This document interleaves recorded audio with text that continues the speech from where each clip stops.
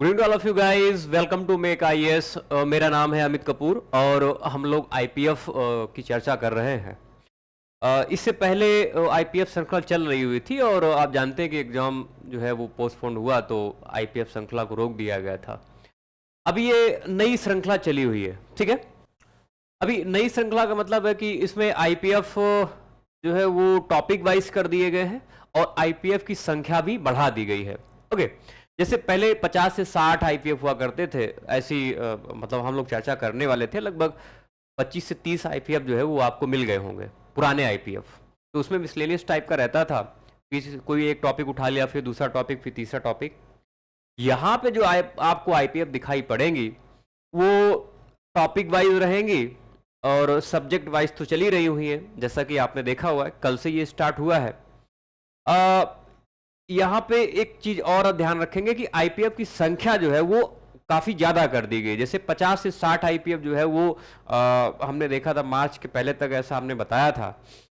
अभी क्या किया गया है कि मेक आईएएस की तरफ से ये जो आईपीएफ की संख्या वो 80 से 100 के बीच में कर दी गई है, लगभग 80 से 100 के बीच में। ओके, तो आप अपनी तैयारी को पूरी तरह से यहीं पे यहां से कर सकते हैं, कोई प्रॉब्लम नहीं होगी। लगभग इसमें से आप गारंटी अगर बात करें कि कितने क्वेश्चन आ सकते हैं, तो ये मेक आईएएस की तरफ से और मेरी तरफ से गारंटी कि लगभग 105 से 10 के बीच में आपको इन आईपीएफ से ये क्वेश्चन आपको मिल जाएंगे, निश्चित तौर पर मिल जाएंगे। उसका एक रीजन ये है कि एक तो सारे टॉपिक कंप्लीट कर रहे हैं, आईपीएफ टॉपिक वाइज हो गई है। दूसरा यहाँ पे एक और रीजन है इसका कि करंट अफेयर्स की भी हम आईपीएफ आपको प्रोवाइड कराएंगे। ओके, तो एक पूरी तैयारी आपको यहां से देखने को मिलती है, ठीक है। यहां से हो जाएगी तो ये पूरी तैयारी आप यहां से कर सकते हैं।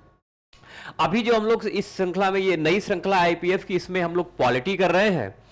कल हमने देखा हुआ था तो एक टॉपिक था संवैधानिक विकास, उसके बारे में हमने पूरी चर्चा की हुई थी। जो भी चार्टर और जो भी भारत परिषद अधिनियम आए, इवन स्वतंत्रता अधिनियम 1947 जो है, वहां तक हमने इसको कंप्लीट किया हुआ था। तो उसमें कोई प्रॉब्लम नहीं होनी चाहिए। स्टूडेंट्स का ये कमेंट भी आ रहा था कि क्या इसको कंटिन्यू रखे जाएंगे। जी, हमने कंटिन्यू पिछली बार भी रखा हुआ था और अभी भी ये कंटिन्यू ही रहेगा। क्या करंट अफेयर का ये भी कमेंट आया था कि क्या करंट अफेयर, हाँ, तो मैंने बता दिया कि करंट अफेयर्स की भी आईपीएफ आपको मिल जाएगी। ओके, अच्छा, एक और कमेंट आया हुआ था कि पीडीएफ कहां से मिलेगी इसकी।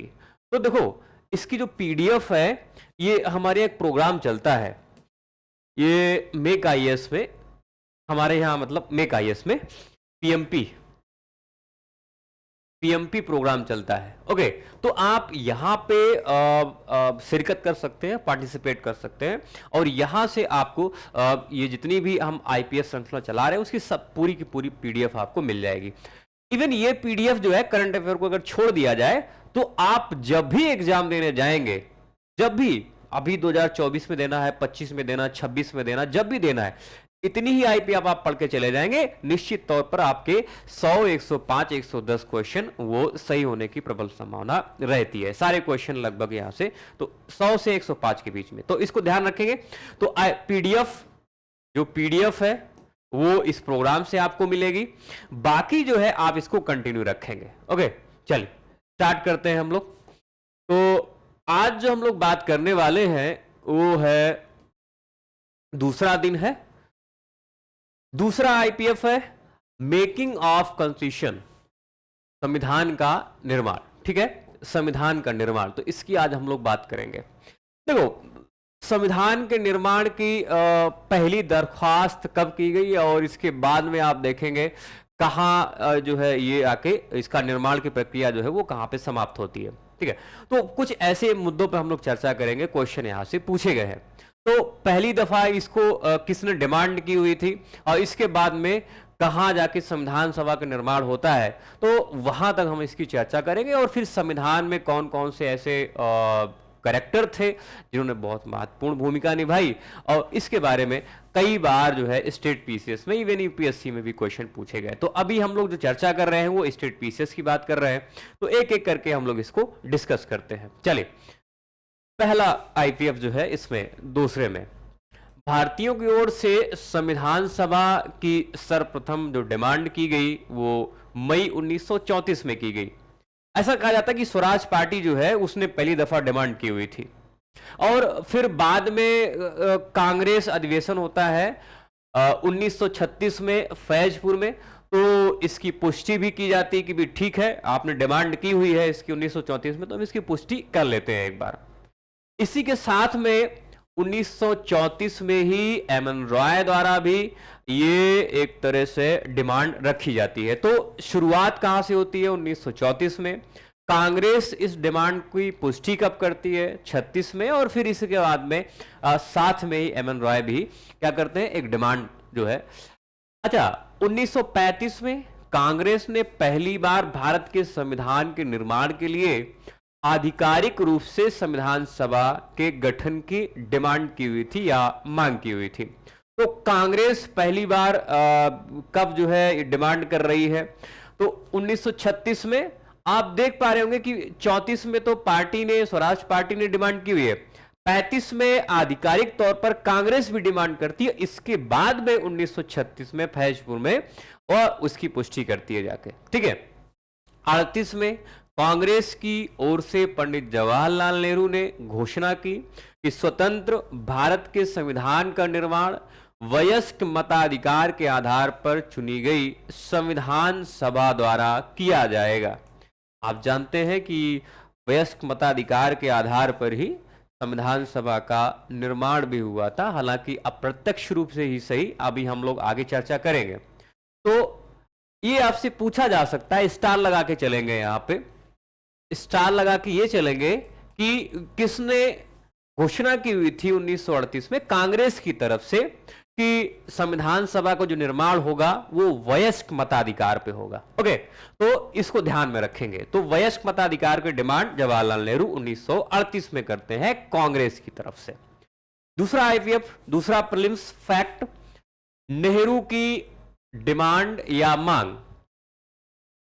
नेहरू की डिमांड अर्थात मांग अंततः ब्रिटिश सरकार द्वारा सैद्धांतिक रूप से स्वीकार की जाती है। सन 1940 के अगस्त प्रस्ताव के नाम से इसे जाना जाता है। तो 1938 में कांग्रेस की तरफ से नेहरू डिमांड करते हैं, और ये डिमांड फुलफिल कब होती है जाके? अगस्त प्रस्ताव।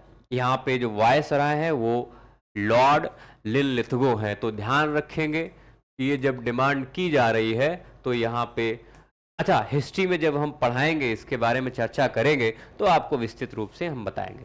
तो जो वायसराय है यहाँ पे वो कौन है? Lord Linlithgow. लिनलिथगो, ठीक है।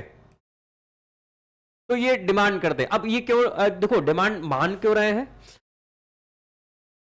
मान क्यों रहे हैं डिमांड को? क्योंकि आप जानते हैं कि 1939 में, 38-39 में यहाँ पे दूसरा विश्व युद्ध स्टार्ट हो जाता है, तो फिर भारतीयों को उस युद्ध में शामिल करने के लिए बोलते हैं, और डिमांड पहले से चल रही थी कि उत्तरदायी शासन इसकी जो है, तो इसको फुलफिल करने के लिए अगस्त प्रस्ताव ये लॉर्ड लिनलिथगो द्वारा उस समय के वायसराय वो लाते हैं और बोलते हैं ठीक है, हमने कांग्रेस की और नेहरू जी की बात मान ली हुई।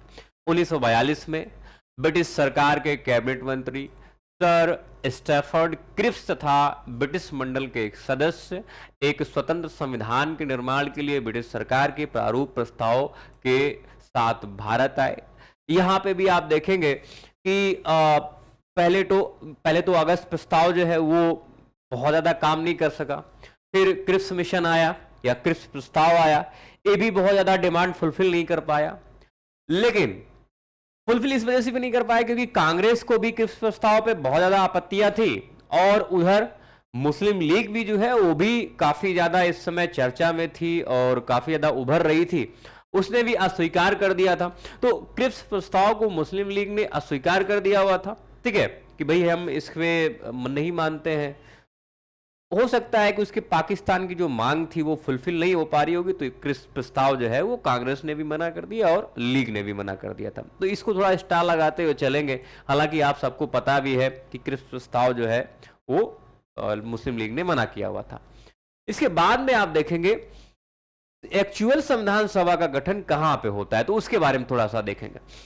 कैबिनेट मिशन योजना द्वारा सुझाए गए प्रस्ताव के तहत नवंबर 1946 में ये संविधान सभा का गठन हुआ जाके। तो कई सारे प्रस्ताव लाए गए, कई सारी डिमांड की गई और डिमांड को अंततः जो फुलफिल किया गया वो कैबिनेट मिशन योजना द्वारा नवंबर 1946 में फुलफिल किया गया। तो इसको आप लोग थोड़ा सा ध्यान में रखते हुए चलेंगे। ओके, इसको आप लोग ध्यान रखते हुए चलेंगे, स्टार लगाते हुए चलेंगे। होता क्या कि कई बार ABCD करके पूछ देता है, तो नवंबर, दिसंबर या अगस्त ऐसे कुछ करके पूछता है। नवंबर 1946, दिसंबर 1946, अक्टूबर 1946। तो ये नवंबर 1946 में संविधान सभा का गठन किया जाता है। ठीक है, चलिए अब इसके बाद में तीसरा फैक्ट है, ये काफी इंपॉर्टेंट है, जहां पे सीटों का आवंटन जो है उसके बारे में थोड़ी सी बात करते हैं। सदस्य संख्या कितनी है? तो संविधान सभा की कुल सदस्य संख्या जो है, कुल सदस्य संख्या ये 389 होनी थी, ऐसा ध्यान रखना। ठीक है, होनी थी। अब जानते हैं होनी थी क्यों लिखा हुआ है, क्योंकि इसके बाद में यहाँ पे देखेंगे तो मुस्लिम लीग जो है वो इससे बाहर हो जाती है और फिर इसकी संख्या कम हो जाती है। तो इस वजह से लिखा हुआ है कितनी होनी थी, 389। ध्यान में इस वजह से रखेंगे क्योंकि कई बार छोटे मोटे एग्जाम में पूछा हुआ, हो सकता है कि PCS का भी थोड़ा सा मन ऐसा कर जाए कि हम भी पूछ लेते हैं, तो पूछेगा आपसे। तो 389, 296 सीटें ब्रिटिश भारत, 93 सीटें देशी रियासतों को आवंटित की जानी थी। ब्रिटिश भारत को आवंटित की गई 296 सीटों में 292 सदस्यों का चयन 11 गवर्नरों के प्रांतों और 4 का चयन मुख्य आयुक्तों के प्रांतों, प्रत्येक में से एक से किया जाना था। तो ये जो आप देख रहे हैं 292 सीटें हैं, वो 11 गवर्नर के प्रांतों से और 4 का जो चयन करना था वो मुख्य आयुक्तों के प्रांतों से किया जाना था। हर प्रांत व देशी रियासतों अथवा छोटे राज्यों के मामले में राज्यों के समूहों की बात हो रही थी, जो छोटे छोटे थे उसमें से। तो हर प्रांत व देशी रियासतों को उनकी जनसंख्या के अनुपात में सीटें आवंटित की जानी थी। थोड़ा सा इसमें स्टार लगाएंगे आप, क्योंकि कई बार होता है कि जनसंख्या के आधार पर या क्षेत्रफल के आधार पर नहीं, तो जनसंख्या के अनुपात के आधार पर या जनसंख्या के अनुपात में सीटें आवंटित करने की बात कही गई। दोनों जगह ध्यान रखेंगे, देशी रियासतें जो थी वहां पे भी और प्रत्येक प्रांत में। ऐसा नहीं था कि देशी रियासतों में क्षेत्रफल के आधार पर कर दिया जाए और प्रत्येक प्रांत में जनसंख्या के आधार पर। तो अगर कंफ्यूजन, हालांकि PCS उतना डीप में जाता नहीं है, लेकिन फिर भी अगर मान लो डीप में गया तो आप ध्यान रखेंगे दोनों के लिए ये समान जो है प्रावधान। प्रत्येक 10 लाख लोगों पर एक सीट आवंटित की जानी थी। प्रत्येक समुदाय के प्रतिनिधियों का चुनाव प्रांतीय असेंबली में उस समुदाय के सदस्यों द्वारा किया जाना था और एकल संक्रमणीय मत पद्धति के या मत के माध्यम से समानुपातिक प्रतिनिधित्व तरीके से मतदान किया जाना था। तो एकल संक्रमणीय मत पद्धति, वो जो पॉलिटी वाले मास्टर आएंगे आपको बेहतर बताएंगे। समानुपातिक प्रतिनिधित्व तरीके से मतदान के आधार पर कहा जाता है कि चुनाव प्रांतीय असेंबली में जो प्रतिनिधियों का चुनाव था वो एक तरह से इस प्रक्रिया के तहत किया जाना था। ये कौन सी प्रक्रिया है? एकल संक्रमणीय मत के माध्यम से या मत व्यवस्था के आधार पर समानुपातिक प्रतिनिधित्व तरीके से मतदान किया जाना था। ओके, तो ऐसे प्रतिनिधियों का चयन होना था। अच्छा, देशी रियासतों के प्रतिनिधियों का चयन रियासतों के प्रमुखों द्वारा किया जाना था। अतः संविधान सभा आंशिक रूप से चुनी हुई और आंशिक रूप से नामांकित हमें दिखाई पड़ती है। तो एक खास बात इसमें क्या निकल गई, इसको भी स्टार लगाएंगे। स्टार इस वजह से लगाएंगे कि आपको सीधे तौर पर ये स्टेटमेंट दे दिया जाएगा, हो सकता है ये ना बताया जाए। कौन वाला? जो ऊपर मुद्दे हुए हैं। ऊपर मुद्दे क्या हुए कि जो प्रांतों के प्रतिनिधि थे उनका चुनाव एकल संक्रमणीय मत पद्धति के आधार पर समानुपातिक प्रतिनिधित्व के आधार पर किया जाना था। ठीक है, समानुपातिक प्रतिनिधित्व तरीके से मतदान के आधार पर किया जाना था। और देशी रियासतें जो थी वहां से अगर प्रतिनिधियों का चुनाव हो रहा है तो वो चुनाव नहीं हो रहा है, वहां पे नामांकन हो रहा है वहां के प्रमुखों द्वारा। तो ये चीज आप लोग ध्यान रखेंगे थोड़ी सी। पहली बात हमने क्या बताई कि दोनों जगह प्रांतों में और देसी रियासतों में जो प्रतिनिधियों का चयन हो रहा था वो जनसंख्या के आधार पर हो रहा था, जनसंख्या के अनुपात में हो रहा था। ये तो बात ये तो समान है, लेकिन अंतर कहां पे दिखाई पड़ता है? अंतर हमें एक जगह दिखाई पड़ता है कि जो प्रांत हुआ करते उनके प्रतिनिधियों का जो चयन होना था वो एक चुनाव के आधार पर, मतदान के आधार पर होना था, वो भी कैसे? अप्रत्यक्ष चुनाव। लेकिन जो देसी रियासतें थी उनके प्रतिनिधियों का जो चयन होना था वो एक तरह से नामांकन के आधार पर उनके जो देसी रियासतों के जो प्रमुख हुआ करते थे उनके द्वारा होना था। ठीक है, तो ये चीजें ध्यान रखना थोड़ी सी। तो इन दोनों से देखो, पूछा तो नहीं है अभी, डायरेक्ट क्वेश्चन पूछा हुआ है कि अप्रत्यक्ष तौर पर जो है चुनाव हो रहा था संविधान सभा में, प्रतिनिधियों का चुनाव। तो ये एक बार पूछा हुआ, 2 बार पूछा, 3 बार, लेकिन डायरेक्ट पूछा हुआ है। अगर आपसे कोई यहां पे स्टेटमेंट बनाएगा तो इसको ध्यान में रखना, इन दोनों चीजों को आप लोग ध्यान में रखेंगे, इन दोनों चीजों को आप लोग ध्यान में रखेंगे। ओके, दोनों चीजों का, तीनों चीजें ध्यान में रखें। पहला भी, इसको भी स्टार लगाएं, इसको भी स्टार लगाएं। एकल समकणी मत पद्धति या समानुपातिक विद्युत की बात करें तो यह अप्रत्यक्ष चुनाव, इसको हम लोग बोलते हैं। क्या बोलते हैं? अप्रत्यक्ष चुनाव। ओके, अप्रत्यक्ष चुनाव बोलते हैं। ओके, तो ये तीनों पॉइंट आप लोग ध्यान रखते हुए चलेंगे, बाकी सीटें तो आपको पता ही है। नेक्स्ट देखो, संविधान सभा के सदस्यों का चयन अप्रत्यक्ष रूप से प्रांतीय व्यवस्थापिका के सदस्यों द्वारा किया जाना था और जिनका चुनाव एक सीमित मताधिकार के आधार पर किया गया था। सीमित मताधिकार मतलब लगभग 10% जनसंख्या को ही मत डालने का अधिकार था, मतदान का अधिकार था। उसी के आधार पर ये जो हमारी प्रांतीय व्यवस्थापिका थी उनके सदस्यों का चयन किया गया था। हमने 1935 का अधिनियम देखा हुआ था उसमें। चलिए, संविधान सभा के चुनाव जुलाई अगस्त 1946 में हुए। ये सब मैं आपको इस वजह से बता रहा हूं कि ऐसे क्वेश्चन फैक्चुअल डाटा के आधार पर कई बार क्वेश्चन पूछे जाते हैं। ठीक है, तो जुलाई अगस्त 1946 में संविधान सभा के चुनाव होते हैं। ब्रिटिश भारत के लिए आवंटित 296 सीटें हुए तो, और इस चुनाव में भारतीय राष्ट्रीय कांग्रेस को 208, मुस्लिम लीग को 73, छोटे समूह और स्वतंत्र सदस्यों को कुल मिला के 15 सीटें मिलती हैं। तो चुनाव कितने सीटों पर हो रहे हैं? ब्रिटिश भारत के लिए आवंटित 296 सीटों पर। बाकी सीटें कहां की भाई? तो बाकी सीटें जो है ध्यान रखना, देसी रियासतों जो है यहां पे आपको दिखाई नहीं पड़ रही है। ओके, देसी रियासतों को आवंटित की गई 93 सीटें भर नहीं पाई। जैसे मैंने बताया कि देसी रियासतें जो अपने आप को अलग कर लिया हुआ है, यहां पे नहीं हमें चाहिए, हम नहीं अपने प्रतिनिधि भेजेंगे। ओके, तो 93 सीटें भर नहीं पाई क्योंकि उन्होंने खुद को संविधान सभा से अलग रखने का निर्णय लिया। क्वेश्चन ये पूछा जाता है स्टेटमेंट के तौर पर कि ओवरऑल देसी रियासतों, ब्रिटिश भारत के जो प्रांत हैं उन सभी ने संविधान सभा में अपने प्रतिनिधि भेजे थे। बिल्कुल भी ऐसा नहीं है। इन्होंने क्या किया हुआ था? देसी रियासतों ने जो अपनी 93 सीटें इनको आवंटित की गई थी उनको वो भरी नहीं थी। क्यों? अलग रखा हुआ था अपने आप को। ओके, तो आपसे स्टेटमेंट कुछ ऐसा पूछा जाएगा कि ये शामिल हुए थे, लेकिन एक्चुअल में तो ये शामिल नहीं हुए थे। तो आपसे स्टेटमेंट ऐसा, तो इसको ध्यान में रखेंगे। अच्छा, चुनाव जो है वयस्क मतदाताओं द्वारा प्रत्यक्ष रूप से नहीं हुआ था। ठीक है, प्रत्यक्ष रूप से कैसा था चुनाव? अप्रत्यक्ष। आप देख रहे हैं पहले ही यहां पे फैक्ट में बता दिया गया कि प्रांतीय व्यवस्थापिकाओं के सदस्यों द्वारा संविधान सभा के प्रतिनिधियों का चुनाव अप्रत्यक्ष रूप से किया गया हुआ था। ओके, तो ये बात ध्यान रखना, वयस्क मतदाताओं द्वारा प्रत्यक्ष रूप से नहीं, मतलब अप्रत्यक्ष रूप से संविधान सभा का चुनाव। अच्छा, इसमें महिलाएं भी शामिल थी। क्वेश्चन ये पूछा जाता कि महिलाएं शामिल नहीं, कुल मिला के 15 महिलाएं हैं, हम लोग बाद में देखेंगे। महात्मा गांधी सभा में शामिल नहीं हुए थे। ये सब आप लोग फैक्ट ध्यान रखना, कौन शामिल हुआ, कौन शामिल नहीं हुआ। आपसे स्टेटमेंट कुछ ऐसे ही पूछे जाएंगे। ओके, आपसे कुछ ऐसे ही स्टेटमेंट पूछे जाएंगे। संविधान सभा की पहली बैठक कई बार पूछा गया है, कब हुई है?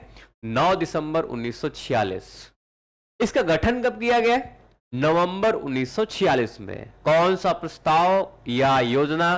तो कैबिनेट मिशन प्लान के तहत इसको, ओके, सबसे वरिष्ठ सदस्य डॉक्टर सच्चिदानंद सिन्हा को सभा का स्थायी अध्यक्ष चुना गया था। स्थायी अध्यक्ष बाद में आप देखेंगे डॉक्टर राजेंद्र प्रसाद को सर्वसम्मति से चुना गया। उपाध्यक्ष डॉक्टर एस.सी. मुखर्जी और वी.टी. कृष्णाचार्य, इसमें थोड़ा सा ध्यान रखना, हाँ कृष्णाचार्य ध्यान रखना, संविधान सभा के 2 उपाध्यक्ष थे। तो 2 अध्यक्ष, एक अध्यक्ष और 2 उपाध्यक्ष हुआ करते थे, ठीक है। तो इसमें टी.टी. कृष्णाचार्य ध्यान रखना थोड़ा सा, नहीं है, टी.टी. कृष्णाचार्य है, टी.टी. कृष्णाचार्य, ठीक है, कृष्णाचार्य। तो 2 यहाँ पे हमें उपाध्यक्ष दिया, इनके नाम ध्यान रखना, मुखर्जी साहब हैं और कृष्णाचार्य, और सर्वसम्मति से डॉक्टर राजेंद्र प्रसाद जो है वो स्थायी अध्यक्ष। 13 दिसंबर 1946 को पंडित जवाहरलाल नेहरू द्वारा संविधान सभा में या सभा में ऐतिहासिक उद्देश्य प्रस्ताव पेश किया गया। तो लगभग 3-4 दिन बाद जो है वो उद्देश्य प्रस्ताव में यहाँ पे दिखाई पड़ता है। इसमें संवैधानिक संरचना के ढांचे एवं दर्शन की झलक हमें दिखाई पड़ती है। तो पूछा जाता है कि भाई संविधान सभा ये में जो उद्देश्य प्रस्ताव पेश किया गया, इसमें क्या था एक्चुअल में। तो इसमें एक्चुअल में आप देखेंगे संवैधानिक संरचना के ढांचे की बात इसमें दिखाई पड़ती है, और संवैधानिक संरचना का दर्शन वो कैसा होगा उसके बारे में हमें यहाँ पे कुछ मुद्दे दिखाई पड़ते हैं।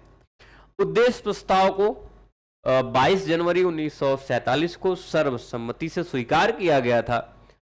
ये क्वेश्चन बनता है कि स्वतंत्रता के पहले, ऐसा नहीं पूछेगा, अच्छा स्टेट पीसेस में हो आप देखेंगे कई बार 22 जनवरी 1947 पूछा हुआ है, लेकिन ये चीज आप लोग ध्यान रखेंगे कि अब जो है हो सकता है घुमा के क्वेश्चन पूछे, तो ये पूछेगा, बहुत ज्यादा घुमाएगा कि स्वतंत्रता के बाद उद्देश्य प्रस्ताव को स्वीकार किया गया या स्वतंत्रता के पहले। तो हम लोग आजाद कब हुए? 15 अगस्त 1947 को। हाँ, तो स्वतंत्रता के पहले ही उद्देश्य प्रस्ताव को संविधान सभा ने स्वीकार कर लिया था। आपसे ऐसा पूछा जाएगा, ठीक है, तो इसको आप लोग थोड़ा सा ध्यान रखते हुए चलेंगे। तो फैक्ट भी पूछेगा आपसे, कुछ कॉन्सेप्ट बना के ऐसे पूछ सकता है कि उद्देश्य प्रस्ताव कब स्वीकार किया गया, स्वतंत्रता के पहले या स्वतंत्रता के बाद। तो स्वतंत्रता के पहले ही उद्देश्य प्रस्ताव को स्वीकार कर लिया गया था। चलिए, संविधान सभा स्वतंत्र भारत की पहली संसद बनी, पहली संसद स्वतंत्र भारत की। ओके, देखिए कुछ मुद्दे यहाँ पे ध्यान रखना। जैसे आपसे फैक्ट के रूप में पूछता है कि भैया जब ये संविधान सभा के रूप में काम करती थी तब इसकी अध्यक्षता कौन करता था, और जब ये संसद के रूप में काम करती थी तब इसकी अध्यक्षता कौन करता था। तो ये थोड़े मुद्दे आप लोग ध्यान रखेंगे। देखिए, उसी को ध्यान में रखते हुए फैक्ट दिया गया, जब भी सभा की बैठक संविधान सभा के रूप में होती, इसकी अध्यक्षता डॉक्टर राजेंद्र प्रसाद करते थे। जब संविधान सभा, क्योंकि आप जानते हैं ध्वनिमत से, सर्वसम्मति से डॉक्टर राजेंद्र प्रसाद को स्थायी अध्यक्ष सच्चिदानंद सिन्हा के बाद में चुना गया था। जब बैठक बतौर विधायिका होती थी तब इसकी अध्यक्षता जीवी मावलंकर किया करते थे। जीवी होगा यहाँ पे, वी जीवी मावलंकर। संविधान सभा 26 नवंबर 1949 तक इन दोनों रूपों में कार्य करती रही। पूछा जाएगा आपसे स्टेटमेंट कि कब तक इसने काम किया हुआ है। हाँ, तो इन दोनों रूपों में 26 नवंबर 1949 की जब तक संविधान को अंगीकृत नहीं कर लिया गया, अंगीकृत कब किया गया है? 26 नवंबर 1949 को। तब तक यही संविधान सभा के रूप में और यही संविधान सभा संसद के रूप में भी कार्य करती रही। ओके, आगे देखें। एक और बड़ा इंटरेस्टिंग, यहां पे कई सारे इंटरेस्टिंग फैक्ट हैं जो कई बार स्टेट पीसेस में पूछे गए, कई कई बार एक साल छोड़ के दूसरे साल छोड़ के तीसरे साल, तो कई बार पूछे गए। तो इसको थोड़ा सा आप लोग ध्यान में रखते हुए चलेंगे। और बहुत अच्छे फैक्ट है, आजकल यूपीएससी में भी ऐसे फैक्ट पूछ रहा है, अच्छी तरह से पूछ रहा है, तो इसको थोड़ा सा। संविधान सभा ने मई 1949 में राष्ट्रमंडल में भारत की सदस्यता का सत्यापन किया। ओके, राष्ट्रमंडल के बारे में हमने देखा हुआ था, 1947 का जो अधिनियम था उसमें हमने राष्ट्रमंडल की बात की हुई थी। चलिए, तो मई 1949 में संविधान सभा ने कहा कि ठीक है, हम राष्ट्रमंडल के सदस्य के रूप में अपने आप को सत्यापित करते हैं। मतलब भारत को सत्यापित, कौन? संविधान सभा।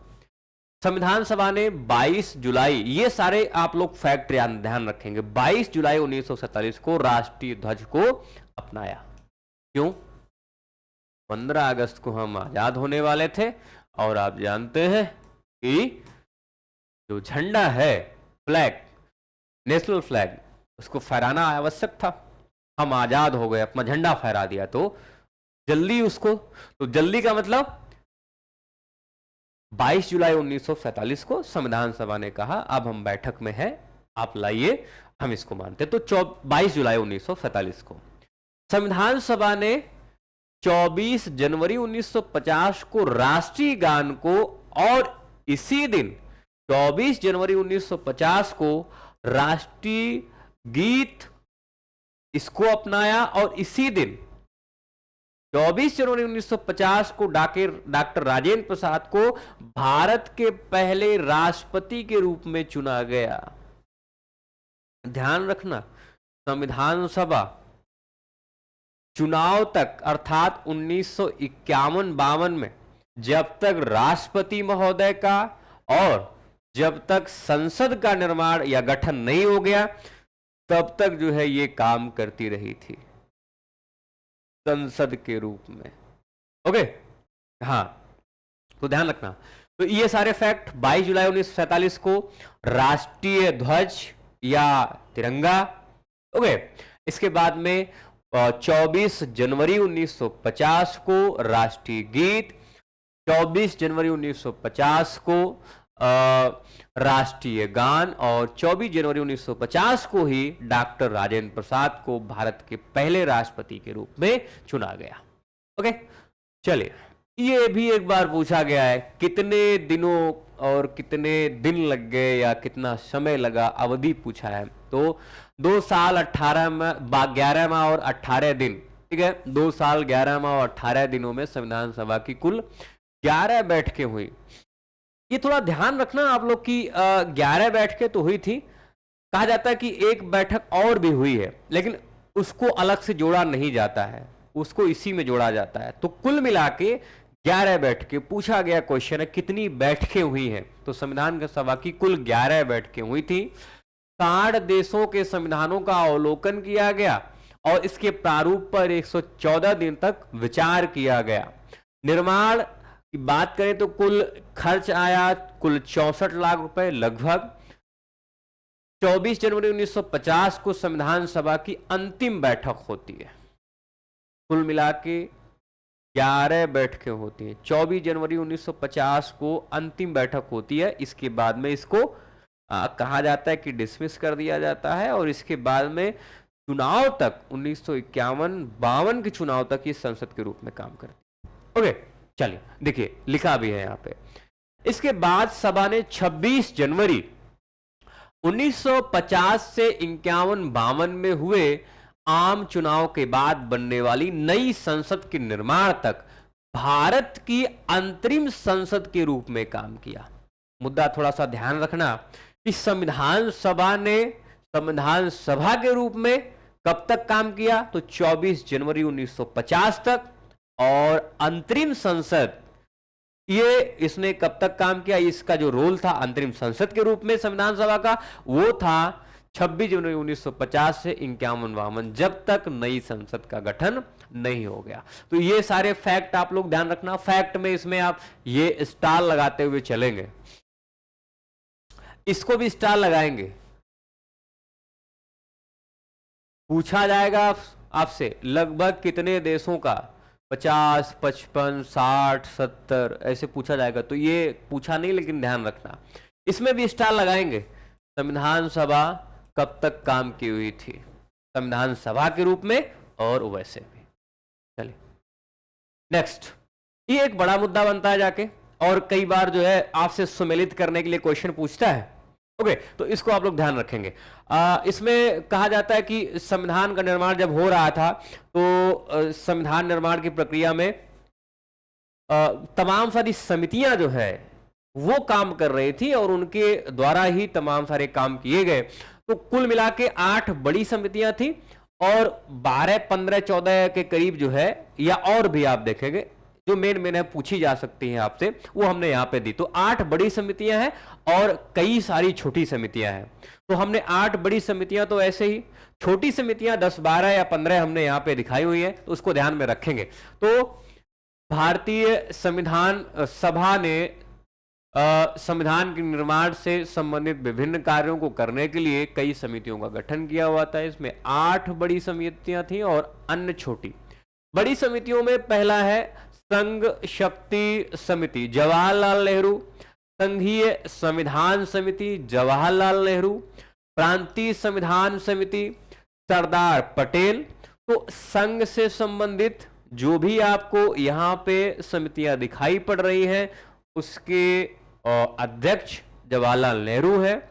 बाकी चेंज आ रहा है, जैसे प्रांतीय संविधान की बात करें तो सरदार पटेल, प्रारूप समिति आप जानते हैं डॉक्टर बी.आर. अंबेडकर, प्रक्रिया नियम समिति ये डॉक्टर राजेंद्र प्रसाद।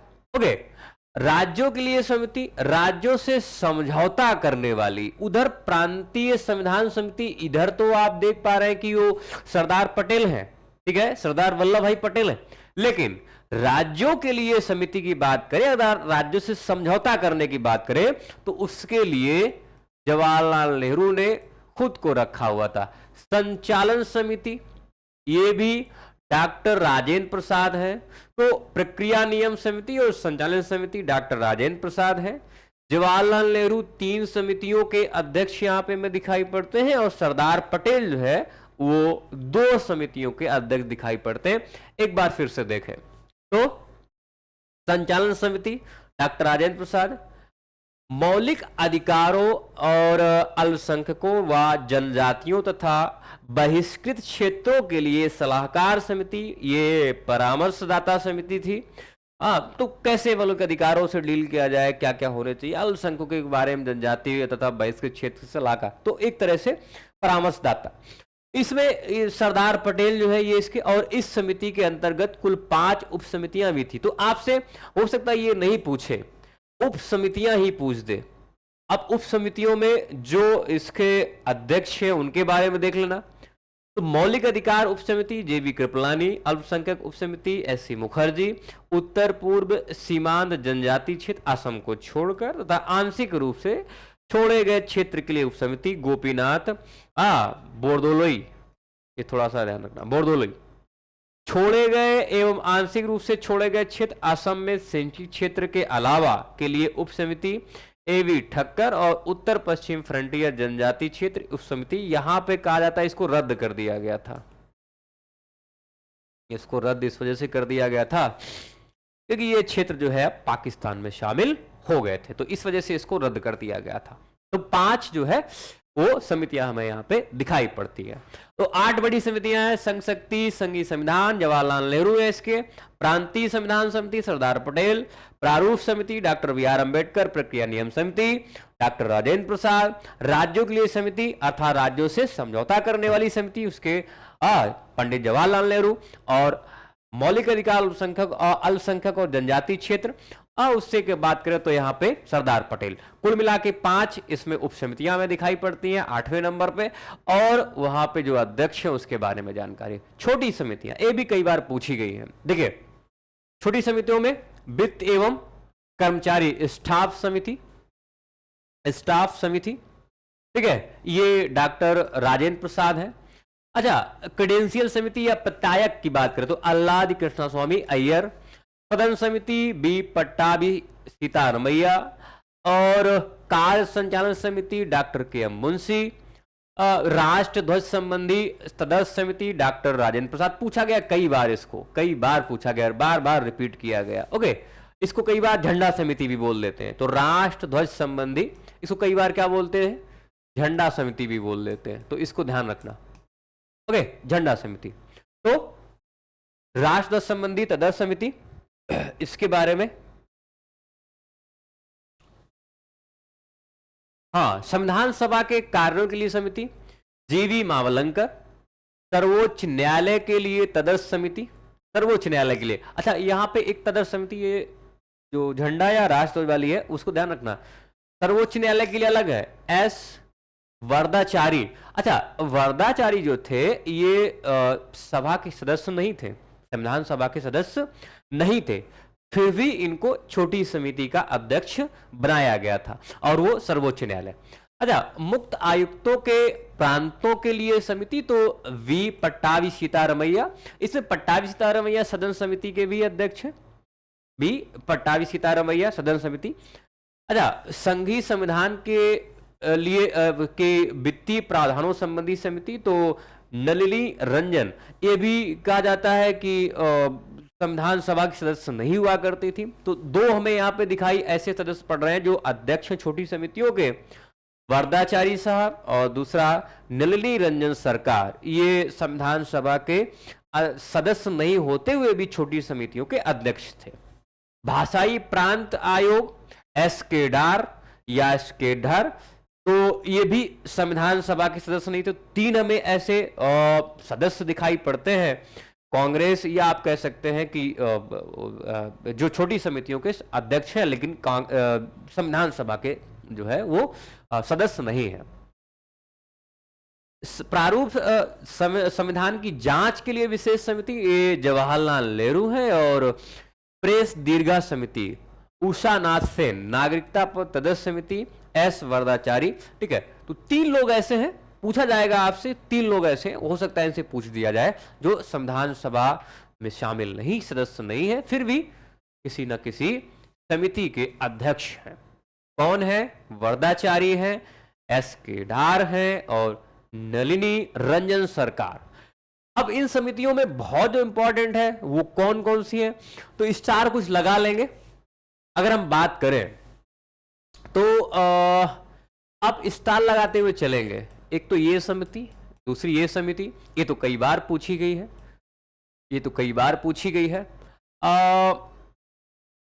एक समिति पर और स्टार लगाएंगे, यहां पे प्रारूप समिति, ठीक है, यहां पे भी स्टार लगाएंगे।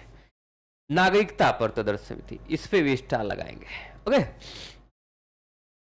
ये समितियां आप लोग याद रखेंगे। भाषाई प्रांत के बारे में ध्यान रखेंगे, ठीक है।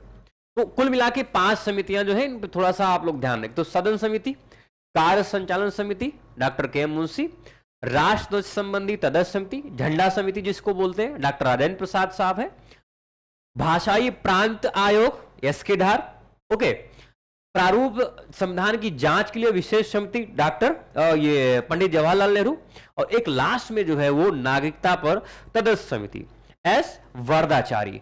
इनके बारे में आप लोग मुख्यतः, तो कुल मिला के 5 नहीं 6 है, ये 6 समितियों के बारे में, छोटी समितियां हैं, थोड़ा सा खास ध्यान रखेंगे।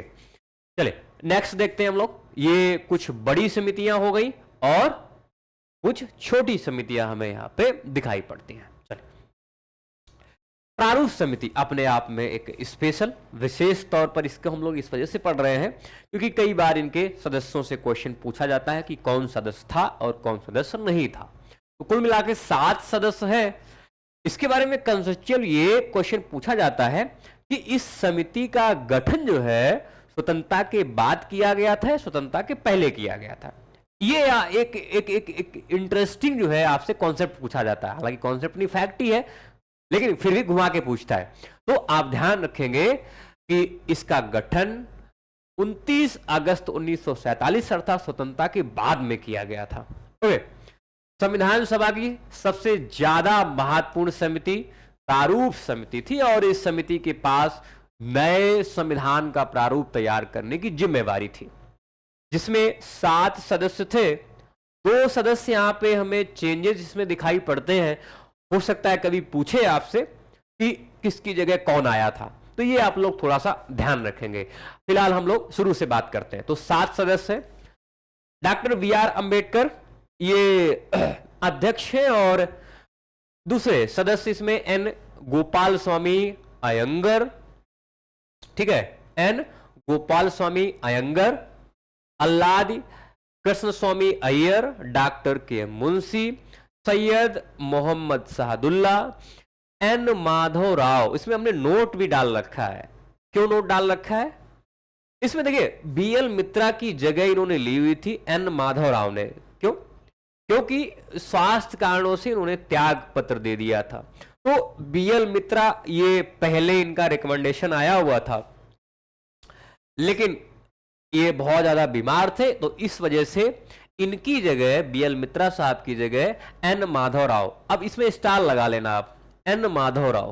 हालांकि सारा जितने भी सदस्य हैं उन सबके आप नाम तो याद रखेंगे, अय्यर, अयंगर, मुंशी साहब, इसके बाद में Saadulla, doctor B R Ambedkar, N Madhav Rao जो कि बीएल मित्रा की जगह आए हुए थे। टीटी कृष्णाचारी, इनको भी देखे 1948 में डीपी खैतान की मृत्यु के बाद जो है इनको जगह मिली हुई थी। ओके, तो 2 ऐसे सदस्य हैं जिनकी जो है वो जगह चेंज हुई थी, मतलब कोई दूसरी जगह इनकी जगह आया था। ठीक है, तो ये ध्यान रखना। तो कुल मिलाकर 7 सदस्य हैं, एन माधव राव, बीएल मित्रा, टीटी कृष्णाचारी, डीपी खैतान की जगह आए हुए थे। तो ये काफी इंपॉर्टेंट, बस ध्यान रखना। आपसे अगर घुमा के पूछा जाएगा तो ये पूछा जाएगा, बहुत ज्यादा दिमाग लगाएगा कि इस प्रारूप समिति का गठन स्वतंत्रता के बाद किया गया था या पहले किया गया था। तो आप ध्यान रखना, स्वतंत्रता के बाद किया गया था। ओके, संविधान सभा का गठन कब किया गया था? नवंबर 1946 में। और वो कौन सा मिशन था? तो आप जानते हैं, कैबिनेट मिशन प्लान। अब यहां पे देखें तो एक फैक्ट और अच्छा इंटरेस्टिंग फैक्ट है। डॉक्टर बी आर अंबेडकर द्वारा सभा में 4 नवंबर 1948 को पहली बार संविधान पढ़ा गया था। पहली बार पढ़ा गया, तैयार हुआ, प्रारूप तैयार किया गया, फिर इसके बाद में पहली बार पढ़ा गया। अब बड़ा इंटरेस्टिंग जो है आपसे ये पूछता है कि इस पे चर्चाएं जो है वो कब कब की गई। तो ये आपसे पूछता है, पहली चर्चा कब की गई, दूसरी चर्चा कब की गई, तीसरी चर्चा कब की गई। तो ये आपसे डेट पूछता है, तारीखें पूछता है। तो तारीखें ध्यान रखना।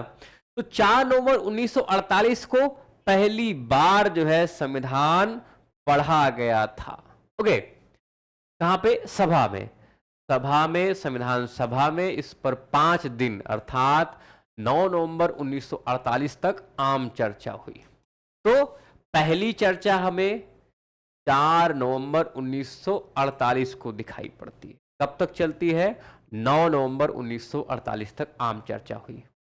तो पहली बार चर्चा 4 नवंबर 1948, और दूसरी चर्चा, दूसरा जो विचार आया है, दूसरी बार जो चर्चा की गई वो 15 नवंबर 1948 को किया गया। आपसे पूछा जाएगा, तारीखें पूछता है स्टेट पीसीएस, खासकर यूपी। संविधान पर तीसरी बार विचार 14 नवंबर 1949 को किया गया, या यहां से स्टार्ट होता है। तो 3 हमें यहां पे विचार दिखाई पड़ते। पहला विचार जब संविधान सभा में संविधान पढ़ा गया, बांचा गया 4 नवंबर 1948 को, फिर 15 नवंबर 1948 को दूसरी बार, और तीसरी बार जो है ये 14 नवंबर 1949 को। डॉक्टर बी आर अंबेडकर द्वारा the constitution as settled by the assembly be passed प्रस्ताव पेश किया गया। ध्यान रखना, ये प्रस्ताव जो है संविधान के प्रारूप पर पेश किया गया था। संविधान के प्रारूप के बाद या संविधान के प्रारूप पर पेश किया गया। नाम क्या दिया गया है? The constitution as settled by the assembly be passed. Okay, ये इस प्रस्ताव को 26 नवंबर 1949 को पारित किया गया। अब हो गया पास। ओके, अब पास हो गया है। ओके, तो ये नाम ध्यान रखना इसका। कब? 26 नवंबर में। तो ये जब अंगीकृत किया गया,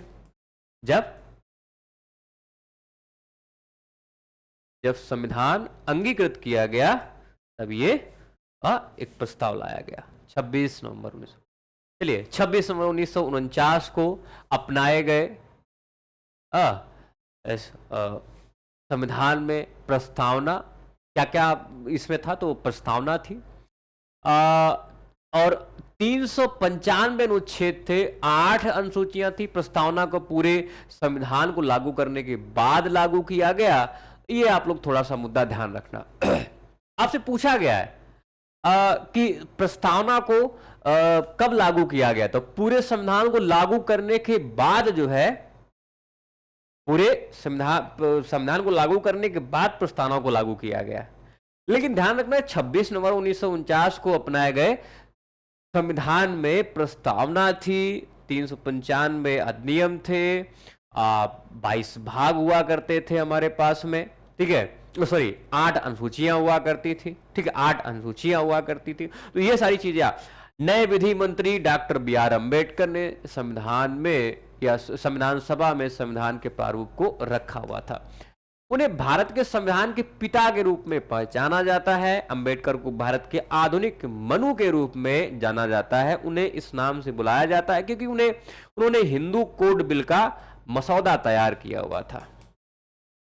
हिंदू कोड बिल, आधुनिक मनु को आप जानते होंगे, हाँ, जो पूरा जो पॉलिटिकल सिस्टम हमारा जो चल रहा है वो मनु के ही उस पे जो एक तरह से विचार हैं उसी पे चलता है।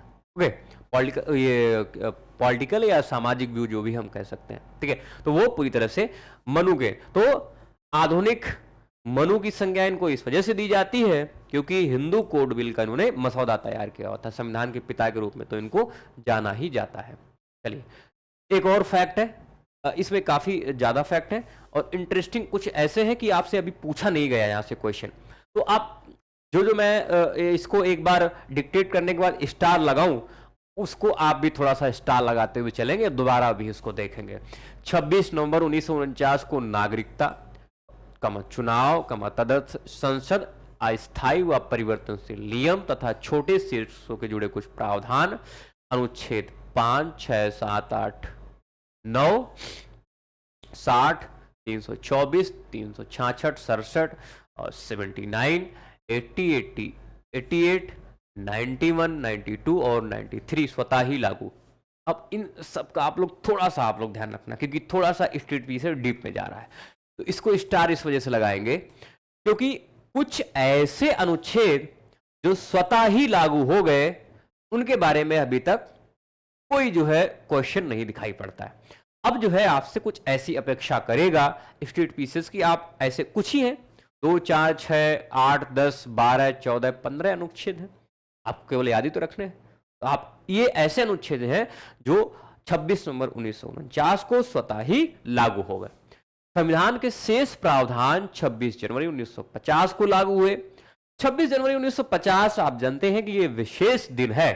विशेष दिन क्यों है, इसके बारे में थोड़ी सी चर्चा। जैसे इस दिन को संविधान की शुरुआत के रूप में इसलिए चुना गया, विशेष दिन क्यों है, क्यों चुना गया, क्योंकि अपना इसका ऐतिहासिक महत्व था, क्योंकि इसी दिन 1930 में भारतीय राष्ट्रीय कांग्रेस के लाहौर अधिवेशन दिसंबर 1929 में पारित हुए संकल्प के आधार पर पूर्ण स्वराज दिवस मनाया गया हुआ था, या पूर्ण स्वतंत्रता दिवस मनाया गया था, पूर्ण स्वराज दिवस मनाया गया था। इस वजह से ये तारीख, और इस वजह से इस तारीख को संविधान की पूर्ण रूप से लागू होने के लिए रखा गया 26 जनवरी 1950। ओके, संविधान की शुरुआत के साथ ही भारतीय स्वतंत्रता अधिनियम 1947 और भारत शासन अधिनियम 1935 को समाप्त कर दिया गया। हालांकि evolution of privy council jurisdiction act 1949 लागू रहा और 1950 में प्रिवी काउंसिल का अधिकार पूरी तरह से खत्म हो गया। ओके, तो ये कौन कौन से अधिनियम समाप्त हो गए, कौन कौन से अधिनियम लागू रहे, उनके बारे में थोड़ी सी चर्चा। तो ये जो जहां पे हमने स्टार लगाया उसको आप लोग ध्यान रखेंगे क्योंकि पूछा नहीं गया है तो आपसे पूछा जाएगा, पूछा नहीं गया लेकिन आपसे पूछा जाएगा, तो खास इसको ध्यान में रखते हुए चलेंगे कि 26 1949 कौन से अनुच्छेद वो स्वतः ही लागू हो गए। संविधान सभा द्वारा हाथी को, देखें यहाँ पे इंटरेस्टिंग फैक्ट, हाथी को प्रतीक या मोहर के रूप में अपनाया गया है। ठीक है, प्रतीक मोहर के रूप में। सर बीएन राव को संविधान सभा के लिए संवैधानिक सलाहकार, कानूनी सलाहकार के रूप में नियुक्त किया गया था। ठीक है, सर बीएन राव को, बेनेगल राव। HVR अयंगर को संविधान सभा का सचिव नियुक्त किया गया था। अच्छा, ये सब पूछे नहीं है अभी तक कौन सचिव था, हालांकि ये तो कई बार क्वेश्चन पूछा है कि संवैधानिक सलाहकार कौन हुआ करता था, लेकिन सचिव के बारे में जानकारी अभी हमें कहीं पे पूछी हुई जानकारी दिखाई नहीं पड़ती है। तो HVR अयंगर जो है ये संविधान सभा के सचिव, इसको स्टार लगाए होंगे। अच्छा, SN मुखर्जी को संविधान सभा का मुख्य प्रारूपकार, चीफ ड्राफ्टमैन नियुक्त किया गया था। हाँ, ये ध्यान रखना, चीफ ड्राफ्टमैन, प्रारूप समिति का अध्यक्ष कौन था? Doctor BR Ambedkar.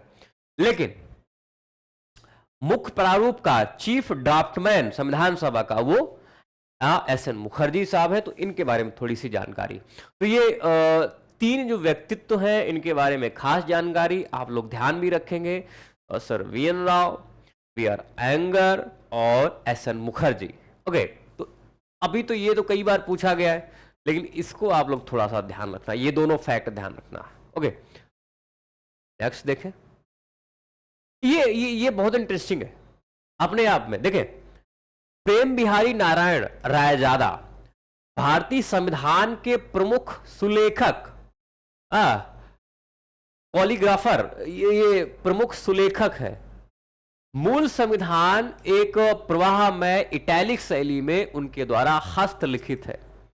कोई हमारे पास में प्रिंटिंग प्रेस द्वारा नहीं छपवाया गया है। ठीक है, अभी तो प्रिंटर है, तमाम सारे छप जाता है, हाथ से लिखा गया संविधान है। तो सुलेखक इटैलिक शैली में, ठीक है, इटैलिक शैली में जो सुलेखक है वो प्रेम बिहारी नारायण रायजादा है। ओके, मूल संस्करण का सौंदर्यीकरण जो है और सजावट वो शांति निकेतन के कलाकारों ने किया था, जिसमें नंदलाल बोस और व्यूहर राम मनोहर सिन्हा शामिल है। तो जब भी हम इटैलिक शैली में हस्तलिखित संविधान की बात करते हैं तो उसका जो सौंदर्यीकरण किया गया है वो मूलतः आप देखेंगे शांति निकेतन के कलाकारों, इसमें नंदलाल बोस और व्यूहर राम मनोहर सिन्हा वो शामिल होते दिखाई पड़ते हैं। मूल प्रस्तावना, तो ये तो संविधान हो गया, ये संविधान हो गया इटैलिक शैली वाला। लेकिन अगर हम मूल प्रस्तावना की बात करें, प्रस्तावना अलग है, ठीक है, वो संविधान अलग, प्रस्तावना की बात करें तो मूल प्रस्तावना को प्रेम बिहारी नारायण रायजादा द्वारा हस्तलिखित एवं व्यूहर मनोहर सिन्हा द्वारा ज्यामितीय सौंदर्यीकृत और अलंकृत किया गया है। ओके, तो मूल प्रस्तावना को प्रेम बिहारी रायजादा द्वारा। ओके, इसके बाद में मूल संविधान के हिंदी संस्करण की बात करें, इटैलिक शैली वाला था वो, ठीक है, प्रेम बिहारी नारायण रायजादा द्वारा वो तो किया गया। लेकिन यहां अगर बात करें हम हिंदी संस्करण का, तो इसका सुलेखन वसंत कृष्ण वैद्य द्वारा किया गया। नाम ध्यान रखना, स्टार लगाते हुए चलेंगे, ये तो कई बार अब झलक में आ गया होगा, झलकियां आपको मिल गई होंगी, न्यूज में भी था कई बार। लेकिन हिंदी संस्करण का सुलेखन दिया ये भी गया होगा, लेकिन इसको थोड़ा ध्यान रखना, स्टार इस वजह से लगा रहा हूं कि पूछा जा सकता है। ठीक है, तो कृष्ण वैद्य द्वारा, वसंत कृष्ण वैद्य द्वारा, जिसे नंदलाल बोस ने सुंदर ढंग से अलंकृत एवं ज्यामितीय रूप से इसको सुसज्जित किया हुआ था। ओके, तो इटैलिक शैली में हमें जो इसकी सजावट दिखाई पड़ती मूल संस्करण की वो नंदलाल बोस द्वारा, और व्यूहर मनोहर सिन्हा, इसमें 2 पार्टिसिपेंट हैं। लेकिन जब हम हिंदी संस्करण की बात करते हैं तो इसकी लिखावट वो भी किसी दूसरे ने की हुई है। लेकिन सौंदर्यीकरण की बात करें तो वो नंदलाल बोस द्वारा इसका सौंदर्यीकरण किया गया। ओके, चलिए, मूल संविधान में हिंदी भाषा में प्राधिकृत पाठ के संबंध में कोई प्रावधान नहीं है, ध्यान रखना।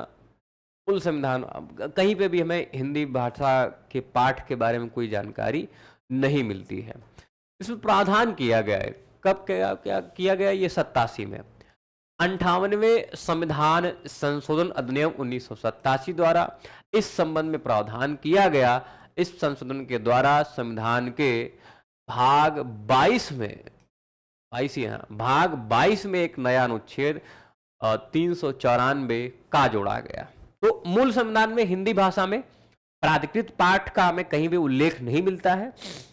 जरूरत महसूस हुई तो हमने 1987 में एक संविधान संशोधन लिया है, जो कि 58वां संविधान संशोधन था, और भाग 22 में हमने इसको संशोधित करते हुए भाग 22 में एक अनुच्छेद जोड़ दिया, और उसी के आधार पर हमने हिंदी भाषा में प्राधिकृत पाठ को भी शामिल करने की बात की। लेकिन मूल संविधान में कहीं भी हमें ये दिखाई नहीं पड़ता। तो इसको आप लोग थोड़ा सा ध्यान रखेंगे, आपसे स्टेटमेंट के तौर पर पूछा जाएगा।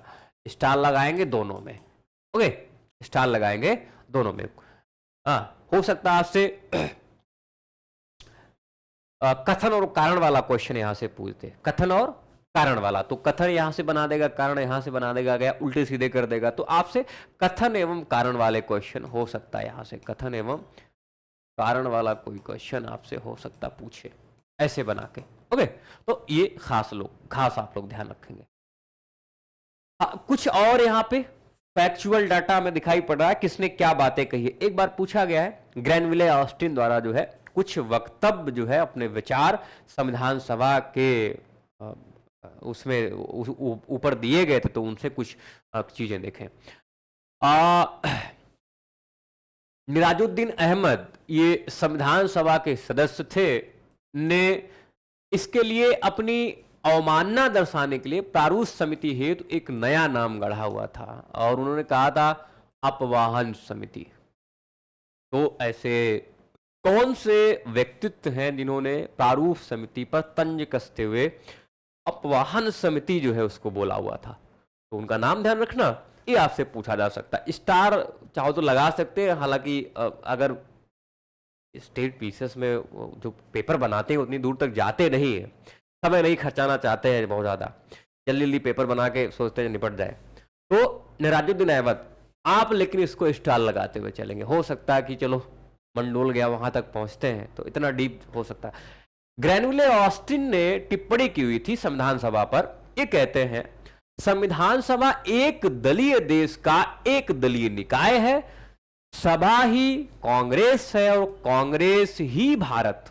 ये ग्रैनुले ऑस्टिन का जो है, ये बहुत बड़े विद्वान है ब्रिटेन के, और बहुत बड़े आप कह सकते हैं राजनीतिक, बहुत बड़े तरह से विद्वान, ठीक है। लॉर्ड विस्काउंट ने इसे हिंदुओं का निकाय कहा है। किसको? संविधान सभा को।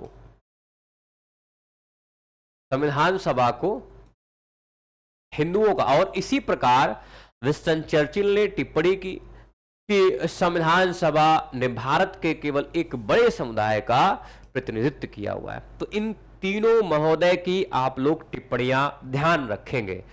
वे तीन कहीं चार है यहाँ पे, ठीक है। निराजुद्दीन अहमद है, ग्रैनुले ऑस्टिन है, लॉर्ड विस्काउंट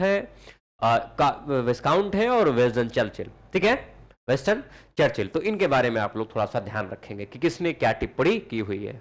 अब मुझे नहीं लग रहा कि यहां से कोई क्वेश्चन बाहर निकलेगा। संविधान सभा से कोई भी क्वेश्चन आएगा निश्चित तौर पर आप कर पाएंगे। कभी भी आपसे पूछे, एक बार रिवीजन कर लेना। भारतीय संविधान सभा में कुल महिलाओं की संख्या 15 थी। नाम याद रखना आप, मैं इसमें स्टार इस वजह से लगा रहा हूं क्योंकि बामुश्किल से एक बार पूछा हुआ है, हो सकता है आपसे दोबारा रिपीट करे, तो दोबारा रिपीट करेगा। इनके नाम विजय लक्ष्मी या विजया लक्ष्मी पंडित, राजकुमारी अमृत कौर, सरोजिनी नायडू, सुचेता कृपलानी, पूर्णिमा बनर्जी, लीला रॉय, जी दुर्गाबाई, हंसा मेहता, कमला चौधरी, रेणुका रे, मालती चौधरी, दक्षयानी वेलायुधन और बेगम एजाज रसूल, एनी मस्करीनी तथा अम्मू स्वामीनाथन। तो ये 15 महिलाएं हैं। इन 15 महिलाओं से हालांकि ये जरूर पूछा हुआ है कि कितनी महिलाएं थी, तो संख्या आपसे पूछा हुआ है। मुश्किल से एक बार पूछा है आपसे, नाम जो है हो सकता है ज्यादा गुंजाइश से पूछने की क्वेश्चन, तो नाम आप लोग ध्यान रखेंगे इनके, ठीक है, नाम ध्यान रखेंगे, खासकर जो कई सारे जो नीचे यहाँ पे नाम दिए गए, उनके नाम आप लोग खास ध्यान रखेंगे, ठीक है, उनके नाम आप लोग खास ध्यान रखेंगे। चलिए एक फैक्ट और बचा हुआ है, ये अंतिम फैक्ट है, इसके बाद बाइंड करते हैं। भारत का संविधान विश्व का सबसे लंबा लिखित संविधान है। यह बहुत बृहद, समग्र और विस्तृत दस्तावेज है। अच्छा, भारत के संविधान के विस्तृत बनाने के पीछे क्या कारण थे, आपसे स्टेटमेंट के तौर पर पूछे जा सकते हैं और एक बार क्वेश्चन पूछा भी गया है। तो पहला, भौगोलिक कारक या भौगोलिक कारण। आप जानते हैं कि भारत जो है, इसका विस्तार, इसकी विविधता बहुत ज्यादा है। मुझे नहीं लगता कि पूरे विश्व में कोई ऐसा देश होगा जो भारत जैसी विविधता रखता हो। ओके, तो भारत का विस्तार काफी ज्यादा है। ऐतिहासिक कारण क्या था? ऐतिहासिक कारण में से हम देखेंगे कि इसमें भारत शासन अधिनियम 1935 का प्रभाव देखा जा सकता है। और जैसा हमने बताया था कि 1935 का अधिनियम अपने आप में बहुत ज्यादा विस्तृत है, लगभग सब कुछ दे दिया गया इसमें, और इसी वजह से 1935 का अधिनियम जो है भारतीय संविधान में 2/3 हिस्सा रखता है। तो इस वजह से भी बड़ा संविधान है। एक कारण यह है कि जम्मू कश्मीर को छोड़कर केंद्र और राज्यों के लिए एकल संविधान बनाए गए थे। ओके, सबके लिए। जम्मू कश्मीर का अब तो हालांकि इसको जो है अगस्त 2019 से तो अब तो जम्मू कश्मीर को भी शामिल कर लिया गया संविधान में, लेकिन जम्मू कश्मीर का अलग संविधान था, वो तो छोड़ दिया गया, हमारे भारतीय संविधान में नहीं था। लेकिन प्रत्येक राज्य का संविधान भी भारतीय संविधान में अलग अलग उसके सारी चीजें, शक्तियां दी गई थी, सब कुछ कैसे काम करेगा। तो इस वजह से ये और एक चौथा जो बड़ा कारण बनता है इतने विशाल संविधान के बनने का, वो है संविधान सभा में कानून विशेषज्ञों का प्रतिनिधित्व हुआ करता था या प्रभुत्व हुआ करता था।